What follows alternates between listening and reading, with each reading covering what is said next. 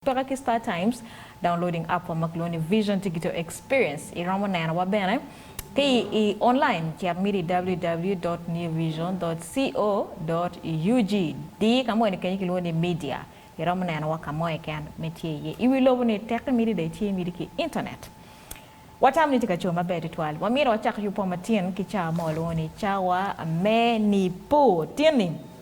Ni ana dwe piaria we bor me dwe bor makali wachiel kimia bungwen ki piara bungwen we abiro gamento moko kamaleng da ko chako lok me chato bang madong dit loy wen ki Uganda makilwoni Uganda Commercial Bank UCB loke uchake 1997 part and finally kichara UCB in 2001.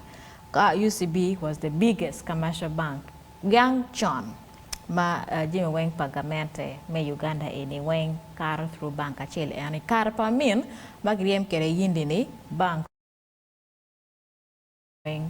kikere ching UCB mano UCB ye lawyer UCB was the biggest and I know door banking me Uganda lo especially outside Kampala mo loko kumbeti in the building in no kiloni Cham Towers. At samani loka char banki karma chake I think mapat ke kwana ono furet latien bara mer wachi contradictions nyoko jim mogo mokati maduong mu lope ke char loka banki ata me kare fud munye wa kumbeti achara magen go chere ye nyope ngo ke char fud munye kumbeti genu we are following loka char bank mabe kar eno le could le more money privatization and no ti le more mo kay de lu kiri ke kwana waj mo be no ne riak mo no gati fo ñu around P5 ngeen P5 P6 P7 kenyu jima ke way Uganda Commercial Bank ngeni albe no pan kunana kwana kama no bank maro tana ki school wa wene wata ana ngeni ene dong bank eno commercial bank bank moy ken mano ne bank ay privatization kado ngi wajeni ki charo ni privatization kiti charo bank moy ken kama ki gwa chen wa ta tek bank wa no ti UCB ero we poki school no ketera iwane privatization gena bed ero kumbere wano ngeni privatization gena bed ak bed twal pen kumbere mo lo kan government doesn't own anything ena ti wachini local privatization chaka ni kar mi chata UCB gini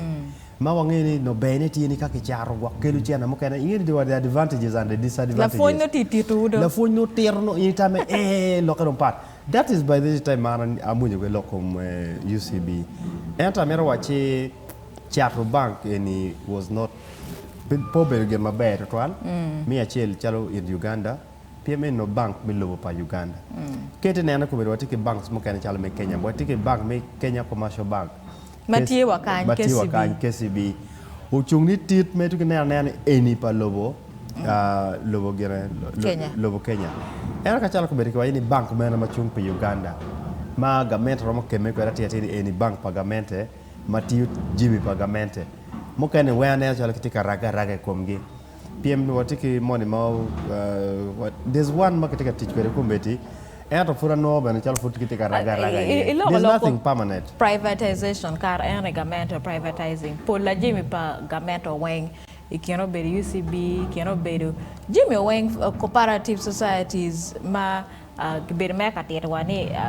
be ne duong era kira wano nge ko be ne rache be na tie ma duong pian ko be mo lo ni government donc petit geno mo ken pa government weng ko be donc pa